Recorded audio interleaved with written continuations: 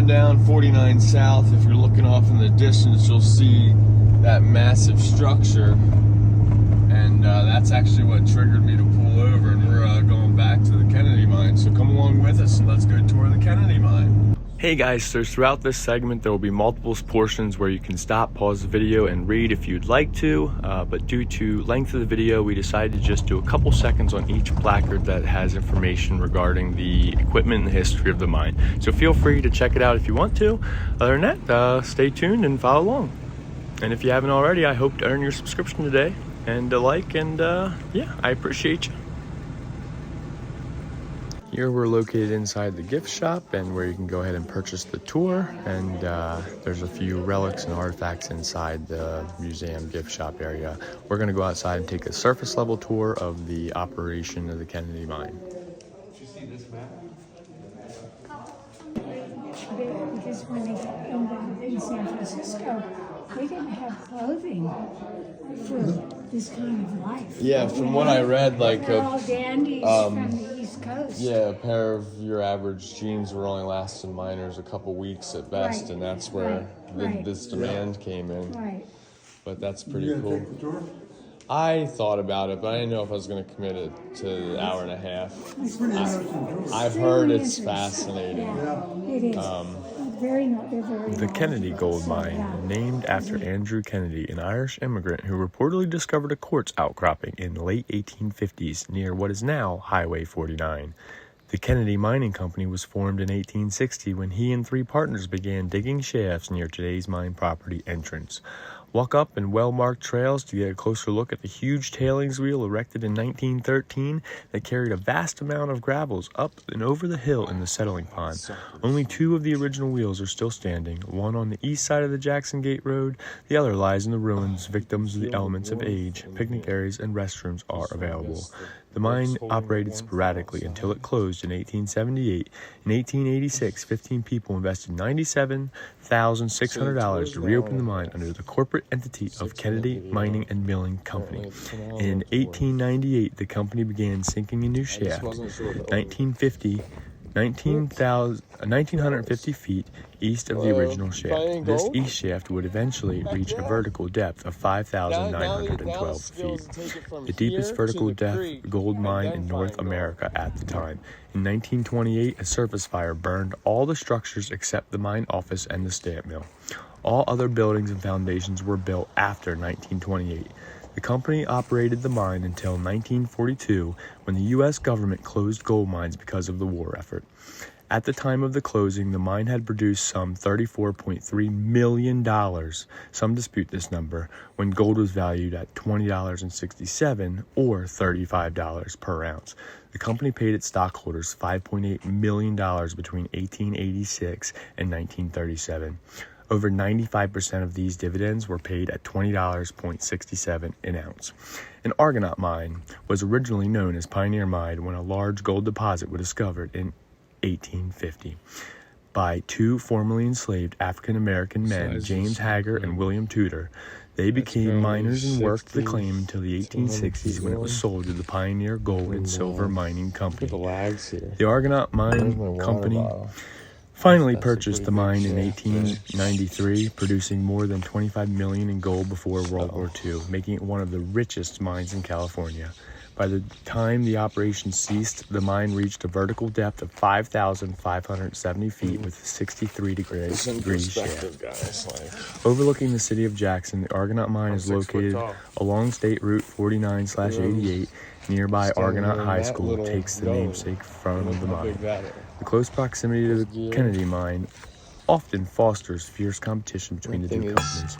The Argonaut Mine is the site of the largest mining disaster in California history. On August 27, 1922, 48 miners, mostly Italian, Spanish, and Siberian immigrants, were trapped when a massive fire broke out 4,650 feet below ground. The cause of the fire was determined with any degree of certainty. One hypothesis being arson perpetrated by employees of the Kennedy. Despite the antipathy between the two companies, a heroic rescue effort was launched by the Kennedy Mine, attempting to dig to their tunnels where the miners were trapped. There were few survivors. The mine closed in autumn of 1942, the same year as the Kennedys' closing, due to the United States' involvement in World War II.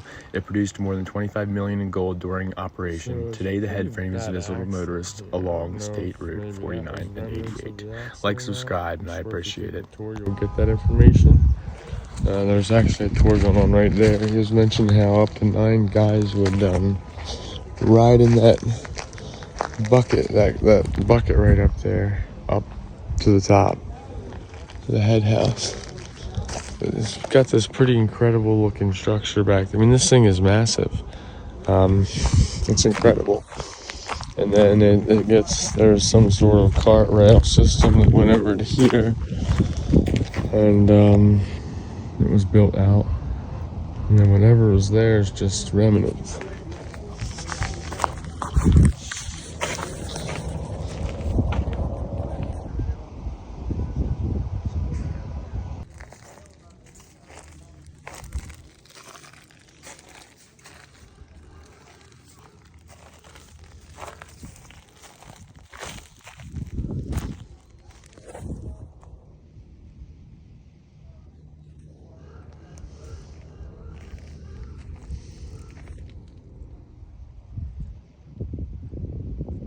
So lathe.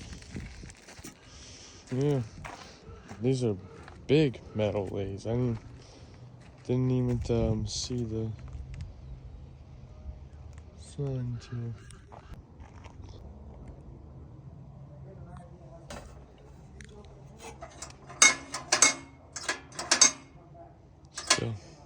Still kind of works.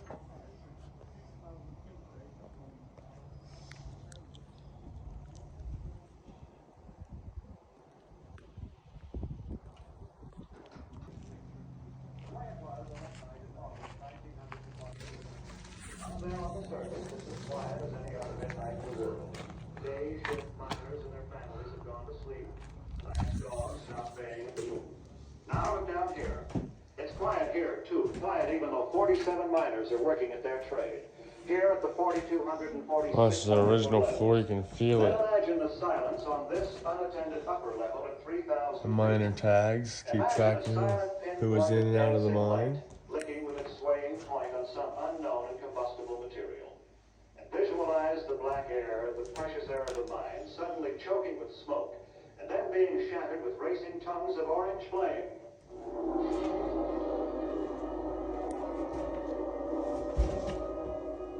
Oh wow. Worst mine disaster in California history. Up here the fire, and no one to stop it.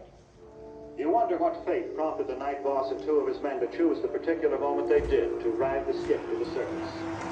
Whatever it was, it's not recorded. But as their tiny car plunged into a solid wall of flame that by this time was roaring with the deadly, hollow rush of dying air, and they emerged unscathed on the other side, they must have thanked God for his mercy. And they gave the alarm. And right then, and for the strain and anxiety of the 18 days and nights that followed, the world woke up. First they tried water, tons of it, and that failed.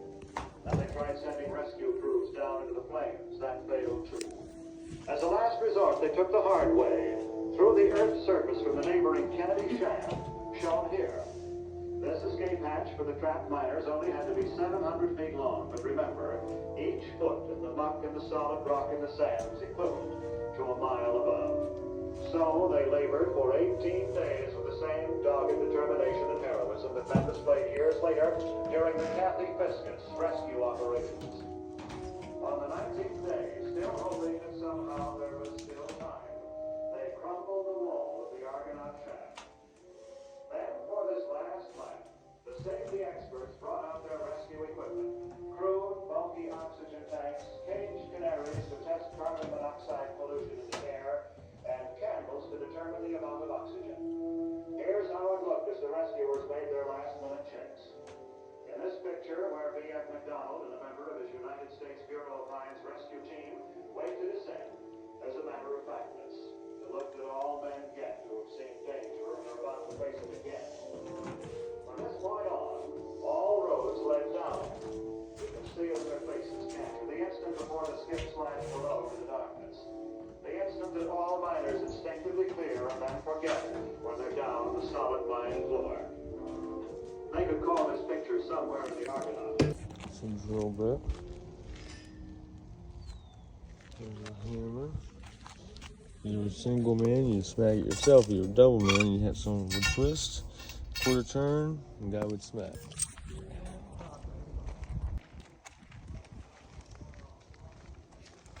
So this is full of ore, and they actually have it set up that you can move it.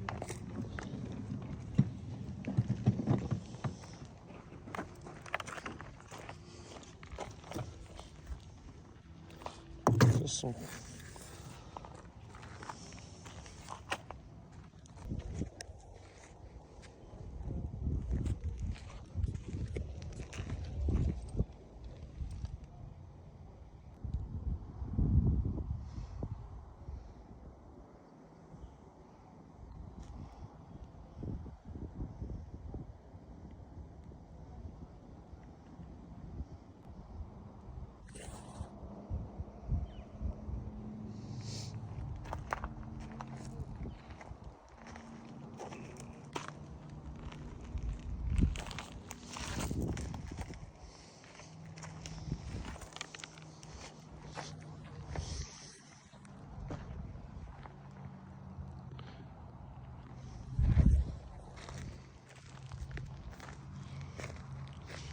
I mean, there's so many artifacts. Just this whole area is just full of artifacts.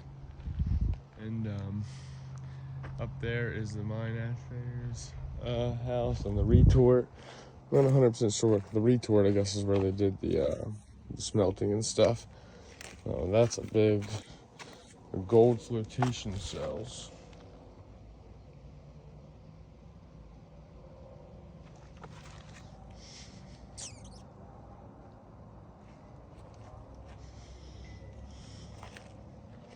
That's a massive piece of equipment.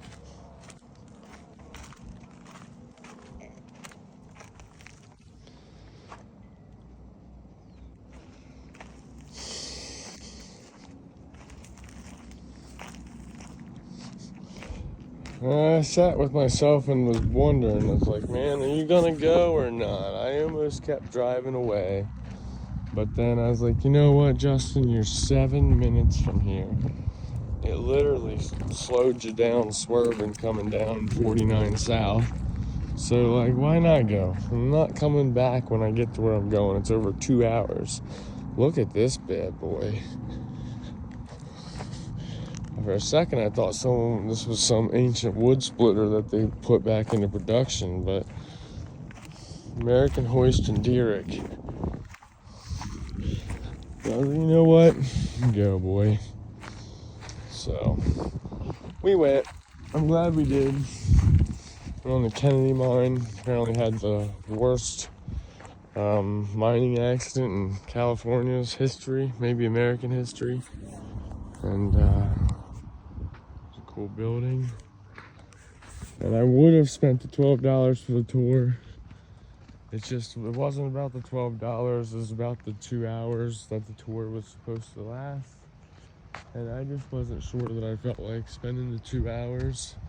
But I wanted to stop and at least share this part of the mine with you guys. And if you read the reviews on Google, they highly encourage you guys to check out to spend the $12. It's worth it with all the knowledge you'll get. But I hope that I was able to share and shed some light on this for you. So we're gonna take a look at some last artifacts here. And we're gonna keep on going to Yosemite Lakes. But wow, look at that bell. That's so cool. Stapled together with like that's neat.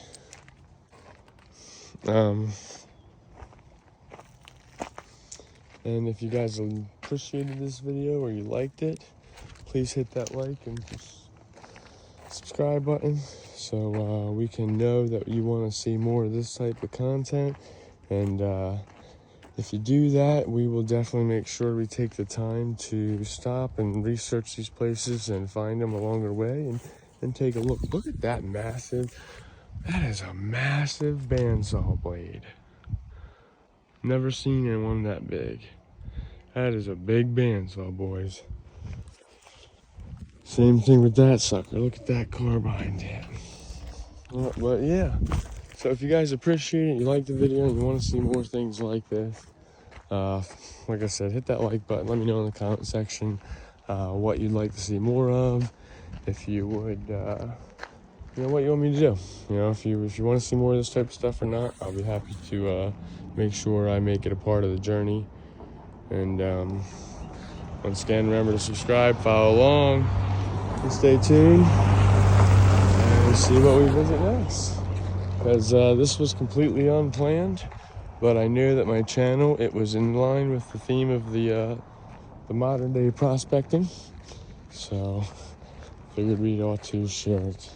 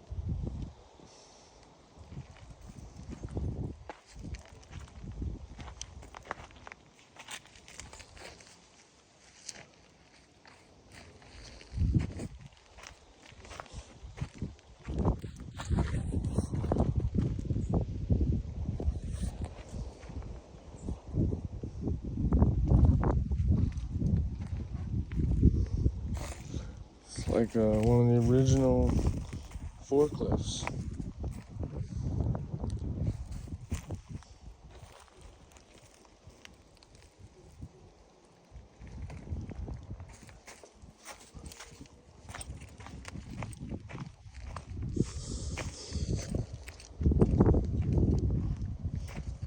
Wonder how the mine caught on fire. That'd be an interesting thing to know.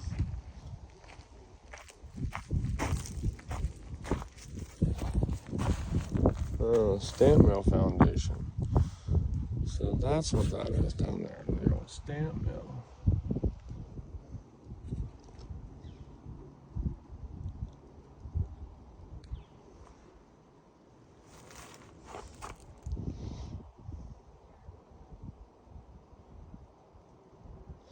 Tailings wheel is supposed to be down the hill there, and I was gonna stop and look at that, but I don't know where it's at the moment, so we'll see how far it is.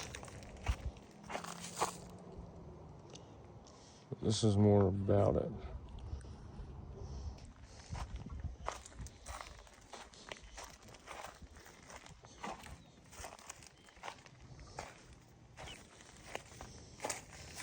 I don't know what that is.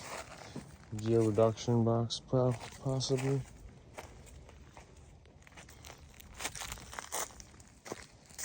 That's a big piece of iron. Ironworks, 1903. It's like cradles for some bearings of some sort.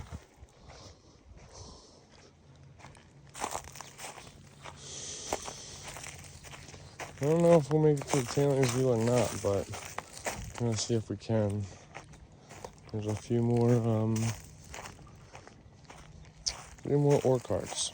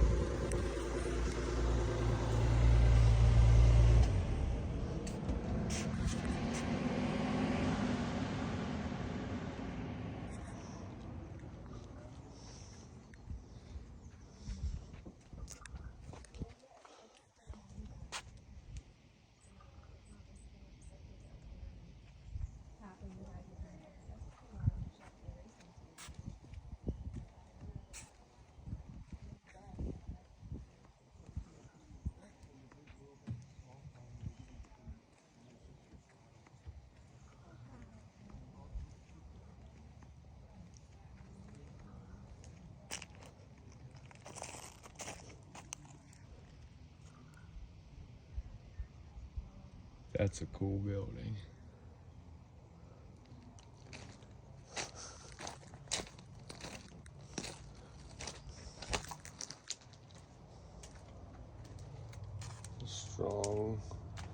Strong door. That's a neat looking building.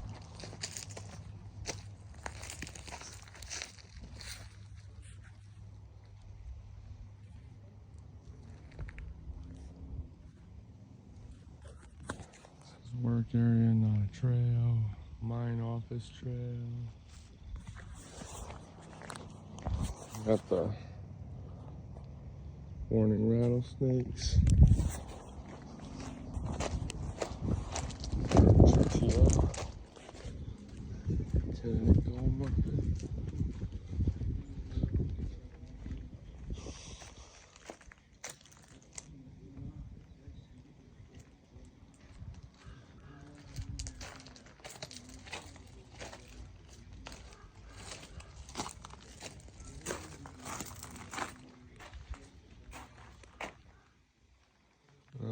The sun's starting to whitewash it, but it looks really cool. Really neat in here.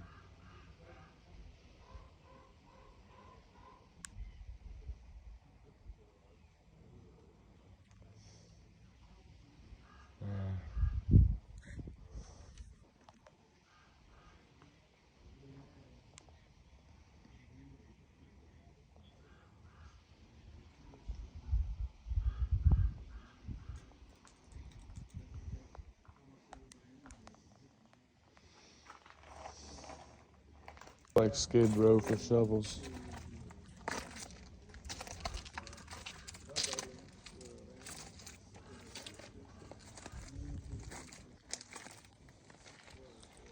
Methane gas. I'm Steve. Can I have some privacy? Oh, this is the pooper. Huh? And there's the dead bird to signal whether or not it's safe to poop. Huh.